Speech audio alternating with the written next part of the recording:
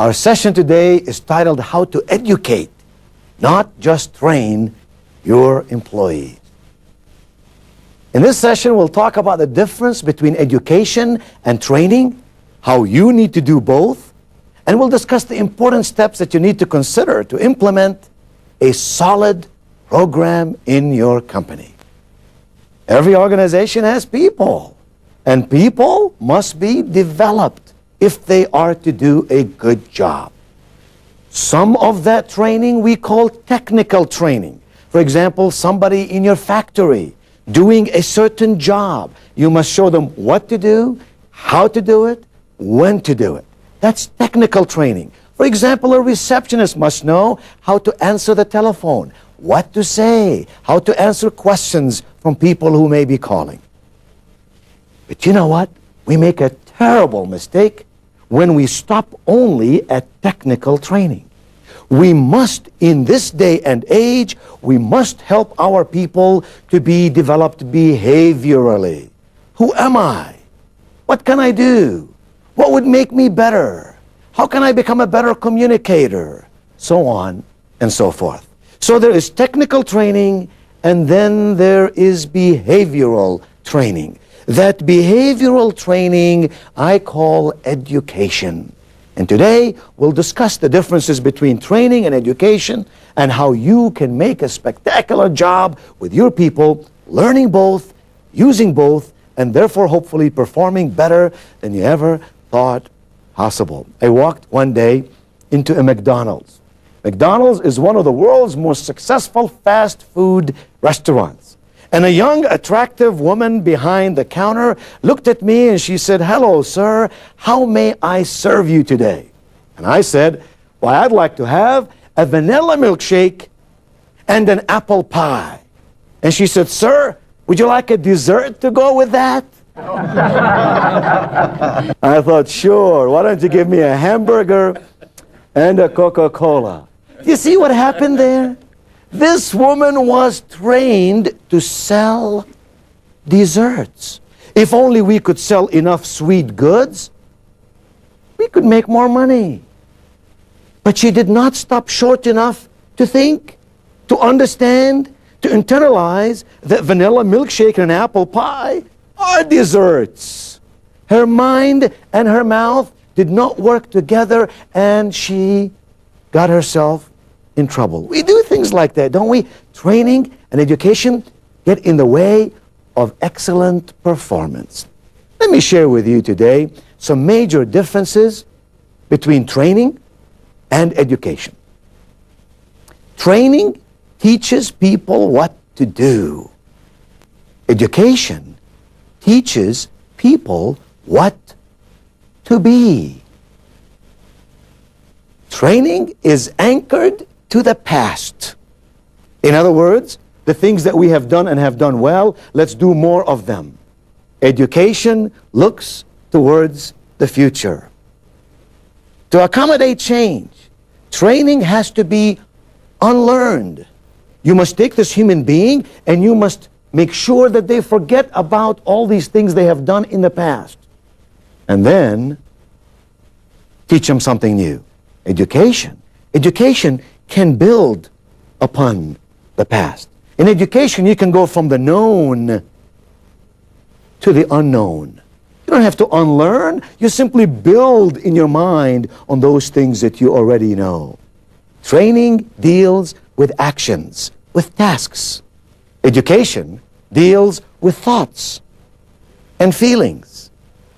And thoughts and feelings are those determining factors for our behavior. We act because we think and we feel, and our actions become better when that really happens. Training teaches how. Education teaches why.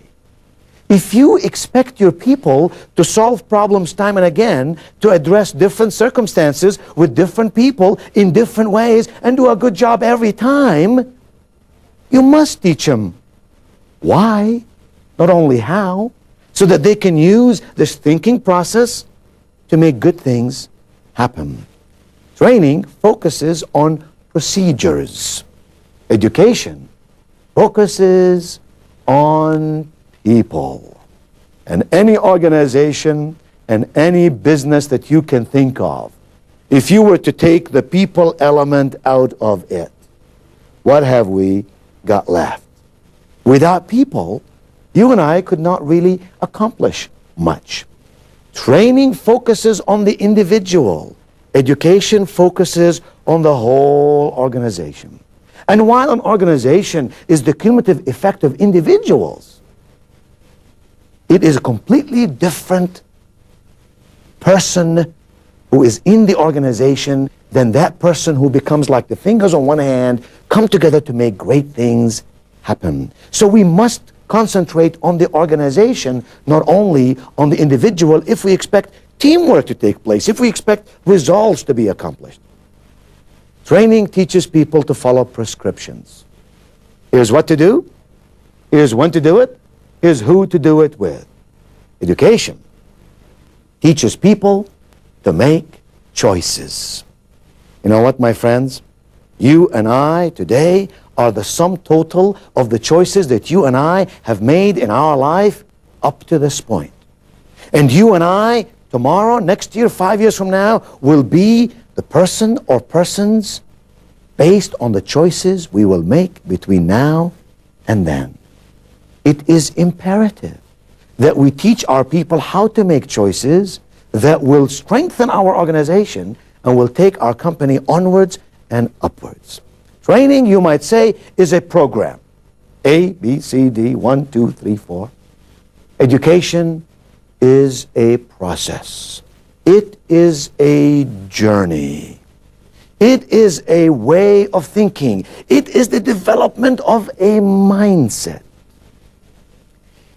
Now, if we were to put together in your organization an educational program, that is to say training of technical matter and education of behavioral matter, what are some pillars, what are some principles, what are some foundations that you must pay attention to make sure that things are done properly? I'd like to share with you 3 of those. Here's the first one. Number 1, integrated learning process.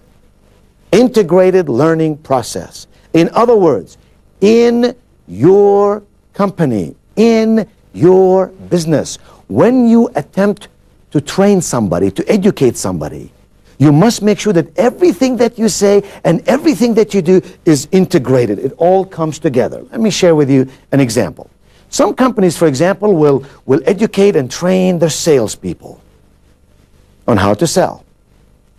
But then they forget to bring the sales manager into this educational process and say, let us tell you what we have just taught your salespeople in your region.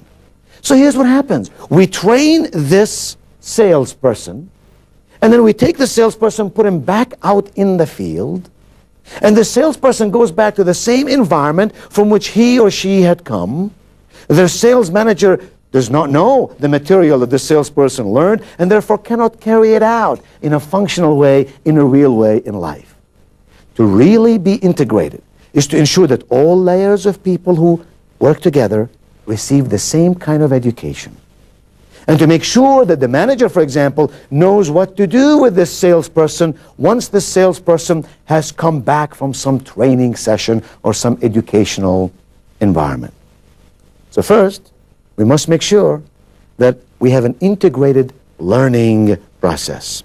Second, we must make sure that the education that we give people in our organization is congruent.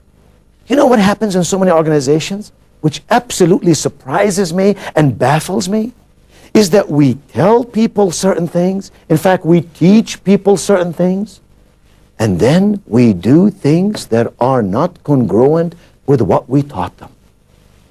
What happens, I ask you, what happens to a person who works for you or with you, who goes to a seminar or a class and listens and learns some very significant information that could change his or her behavior, and then they come back to the same environment where they were in the first place, and they find that in that environment, things are done differently? Do you honestly believe that this learned person is going to take this information and change the environment? You know what most of us do? Most of us will fall right back into the trap of what is. I'll do what my boss wants me to do. I'll do whatever the environment requires of me because that's the safest way to do it. A principle about human beings might be this, that most people would rather be comfortable than be excellent. Most of us would rather be comfortable than be excellent. And if we would rather be comfortable, we would rather be what? Trained. Remember, training is a mechanical process. But to be educated, you ask me to go beyond the glass ceiling. You ask me to sort of stretch, become better, give more, do more, think in a wider spectrum. And that is more difficult for people to do.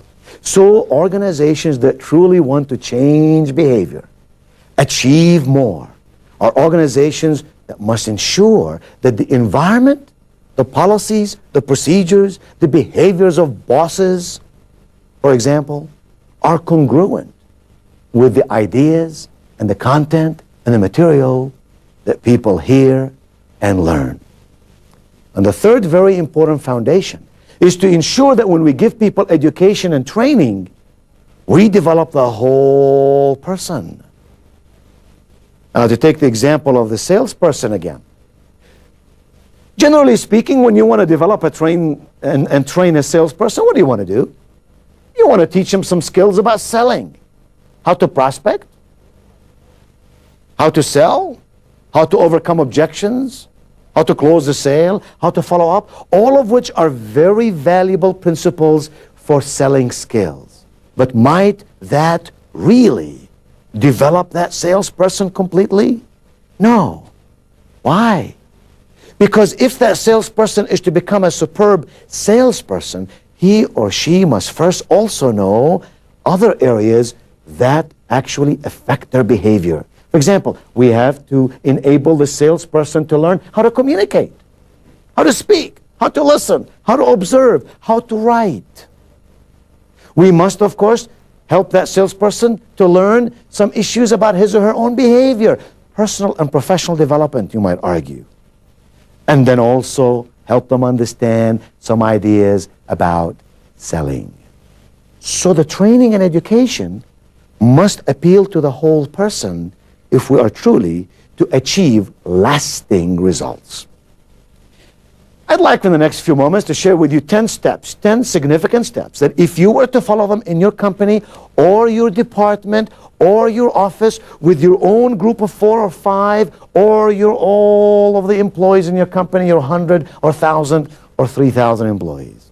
If you would follow these 10 steps, you will be able to put together a very congruent, a very integrated, a very solid educational program that will enable your organization to grow and become better and to get more from your people while they are loving it. Here they are. Step number 1. If you are to structure a successful educational program, you must, number 1, first and foremost, you must seek the commitment of top management. My dear friends, in 25 years of consulting with some of the finest organizations around the world, I can tell you without a shadow of a doubt, I can tell you thoroughly and completely that if the boss or bosses, if the president or the board, if the division chairman or whomever you may be reporting to is not committed to the process of developing people, just about the time you get yourself going in this process, they will do something to cut it short or to take funding away from it or to not allow you to follow through with it the way you had envisioned. You must get the commitment of the people at the top. Step number 2, it's called assessment. You must then assess the needs of the people in our organization. Who are they? What do they need? How can I help them become better? What ideas may be very valuable for them? What are their strengths? What are their weaknesses? What would turn them on? What would entice them and motivate them to become better? What are the things that are keeping them from becoming excellent? What are the things, if they were to have these ideas, they will truly become wonderful performers? What are those things? You might call this needs analysis. What are the needs in our organization? So first, commitment, then assessment. Thirdly, conceptualization. Now let us conceptualize together what this educational and training program might look like. What are the subjects we're going to cover? On what topics? Who are the people who are going to be involved in these topics? Step number 4, structuring. You now are in a position to structure literally that program that you want to offer. For example, you might say, I want to bring this group together once a month. We're going to put them in a class, on-site or off-site. We want to put them in groups of 8 or 10 or 12. We're going to take one department at a time. Or we want to mingle people from various departments. Structuring means all the elements that will make the educational program take shape. It will be similar to you building a house. If you wanted to build a house, what would you do? You will conceptualize it on a blueprint, on a piece of paper. Maybe you will get an architect, an engineer to help you with that. And then you will structure it. You will say, this wall's going here, this wall's going here, a window's going here, and a door is going there, the stairs will be here, and so on and so forth. The same thing here. You structure this program in the way that it will be offered. The next step then is that you begin the creation process. Let us create it. What does this involve? Does it involve written materials? Does it involve videos? Does it involve manuals or workbooks? What is this content we're going to teach?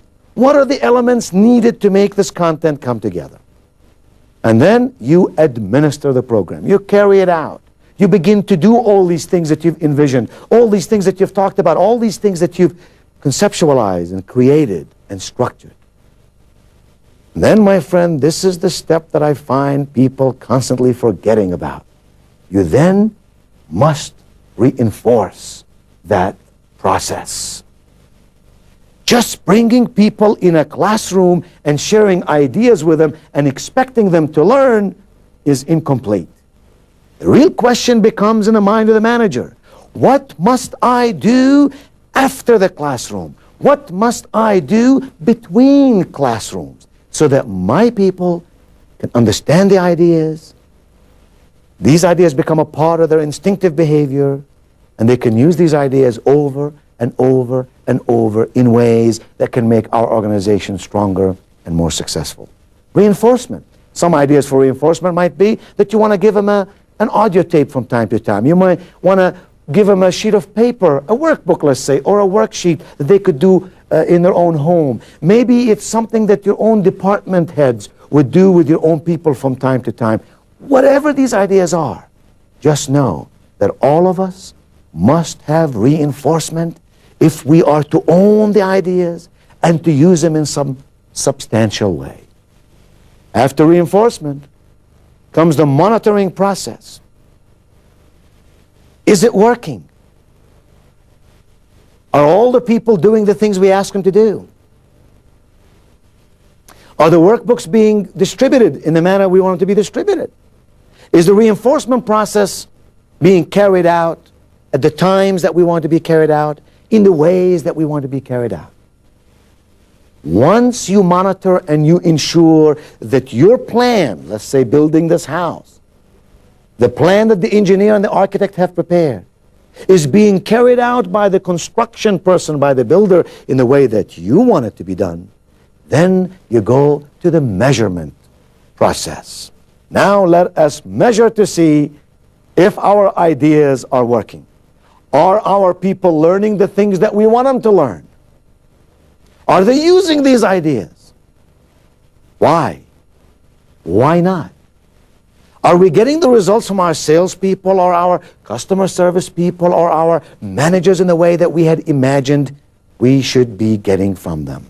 The measurement part is so significant because the measurement part is what tells you whether or not your investment of resources, time, energy, and money were useful to you and gave you the kind of return that you had anticipated. And finally, of course, you have the improvement stage. If things are not working the way that you want them to work, what can we do to make them work better? If things are working, how can we use them over and over again so that we can repeat this process many more times? Let's review 10 steps on how you can build this significant process in your company or in any department within your company. First, commitment. Then assessment. 3 is conceptualization. 4 is structuring of the program. 5, the creation part. 6, administration, carrying it out. 7, reinforcement.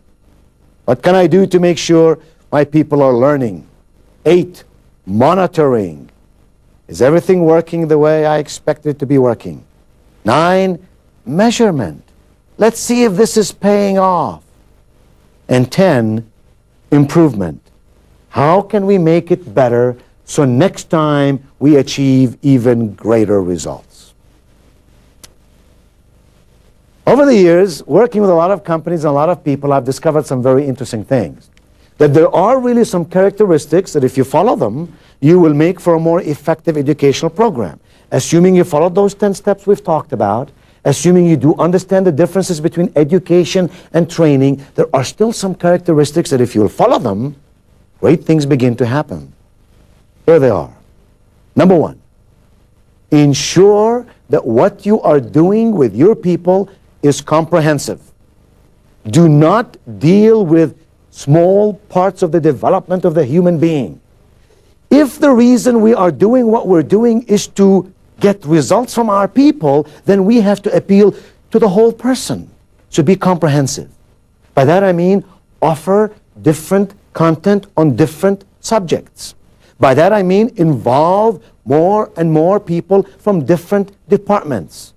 Permeate the whole organization and permeate the whole body of knowledge in a way that people can tap into it and learn from it and do something as a result of it.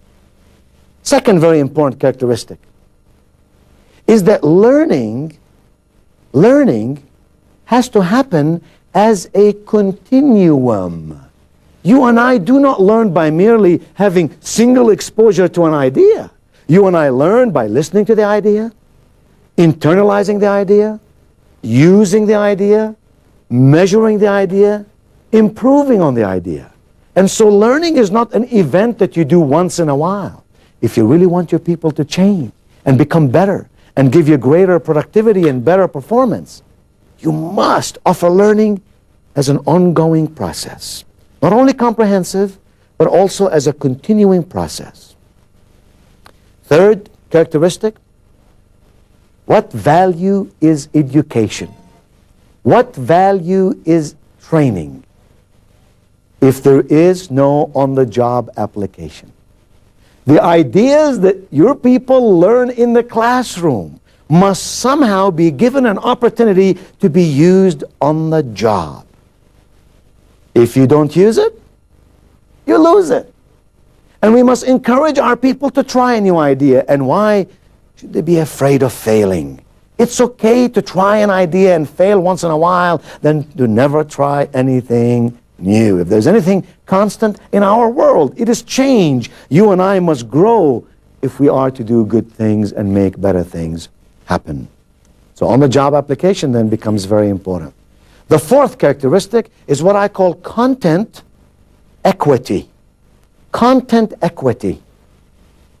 Your people are asking this question: what does this material, what does this course, what do these ideas have to do with me? What do these ideas have to do with our company? If you can show me how these could be customized and tailored and applied in my world, I pay much more attention to them and I am more capable to internalize them and use them in my life. So the more you can do that says this is our company's material, this is our stuff, this applies to us, maybe it's case studies, maybe it's ideas that come really out of their life, the more personal it then becomes. And the last characteristic is this: you must have credible leadership. My friends, if you do not have credible leadership, If the individual leading the session in your business is someone that your people do not look up to as someone who is informed, experienced, outstanding in his own or her own right, then the messenger makes the message insignificant. The message may be magnificent, but the messenger messes it up. So make sure that the individuals who are sharing these ideas with your people are individuals that your employees look up to as individuals of credible background and experience. As a footnote to all this, of course, all learning, if it's going to be good and useful, must be repetitious. It must be repetitious. It is okay to learn ideas over and over again. How do you learn the language that you speak? You do it over and over and over again. How do people learn how to dance or drive a car or fly a plane? They do not learn these things at first exposure. They learn these things by doing them over and over and over again. It is okay to repeat ideas and to use them in a fashion that people say, I know this, and I'm glad that you reminded me of it so I can become better. Let us summarize what we've talked about in this session. We've said that education is important, training is important. Technical training is very significant, but behavioral training is equally significant.